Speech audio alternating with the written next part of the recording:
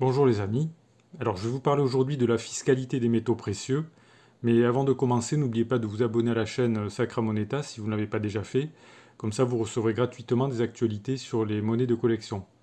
Et puis vous pouvez également cliquer sur le pouce j'aime sous la vidéo. Alors avant même de commencer à dire quoi que ce soit sur la fiscalité des métaux précieux, je voudrais rappeler un proverbe qui est le suivant: les conseilleurs ne sont pas les payeurs. Les conseillers ne sont pas les payeurs. Qu'est-ce que ça veut dire? Ça veut dire que, en termes de fiscalité, la décision finale, la responsabilité de ce que vous faites, elle vous revient à vous et à vous seul. Et il n'y a personne qui va vous conseiller, qui sera responsable à votre place. Ce qui veut dire que quand vous prenez une décision en matière de fiscalité, quand vous faites des choix, ces choix, ce sont vos choix à vous et vous en êtes entièrement responsable. Je veux dire par là qu'il ne faut pas écouter ce qu'on vous dit, vous devez vous construire votre opinion par vous-même. Alors en matière de fiscalité des métaux précieux, on entend un peu tout et n'importe quoi sur Internet. Souvent on entend dire des choses qui ne sont pas documentées, qui sont mal sourcées, ou alors des interprétations qui sont un petit peu fantaisistes et qui sont, de mon point de vue, erronées. Alors la meilleure chose à faire pour vous, si vous vous intéressez aux métaux précieux et que vous souhaitez investir dans les métaux précieux, c'est donc de vous faire votre opinion par vous-même en allant directement aux sources, ou à la source si vous voulez, c'est-à-dire aux lois, aux règles fiscales telles qu'elles sont édictées par le gouvernement lui-même. Et c'est tout à fait possible aujourd'hui et facile, puisque toute la documentation est directement accessible en ligne, gratuitement, et c'est la documentation officielle. Alors on peut trouver notamment des informations sur le bulletin officiel des finances publiques, le BOFIP, bofip.impo.gouv.fr, et j'ai rassemblé une liste d'au moins déjà 4 références, 4 sources qui intéresseront les investisseurs qui souhaitent se documenter par eux-mêmes sur la fiscalité des métaux précieux.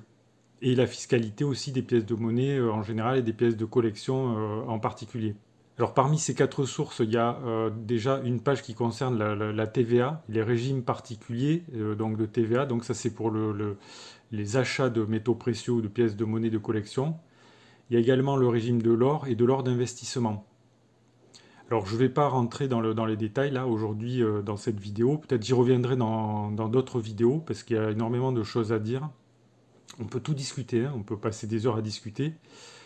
Et il y a d'ailleurs des points qui sont un petit peu tendancieux ou qui se prêtent à interprétation. Mais je veux dire que quand il y a un doute ou quand il y a des mots qui ne sont pas très clairs ou quand il y a parfois même 2 textes, deux règlements qui ont l'air de se contredire, ce qu'il faut faire en règle générale par rapport à la loi, c'est essayer de comprendre l'esprit de la loi. Qu'a voulu dire le législateur? S'il a fait un impôt sur les pièces d'or postérieures à 1800, par exemple, est-ce qu'on ne va pas surinterpréter la loi en essayant de s'exonérer de l'impôt? Il faut voir donc l'esprit de la loi, et il faut garder à l'esprit également qu'il y a le juge de l'impôt qui en dernier ressort quand il y a un doute, quand il y a une question qui est un peu discutable. C'est le juge qui décide et c'est pas vous. Donc il faut toujours respecter l'esprit de la loi et pas essayer de jouer au plus fin avec les règles. Donc parmi les sources que j'ai relevées, que vous pouvez consulter avec profit si ça vous intéresse, si vous êtes patient surtout, vous avez donc le régime de l'or d'investissement.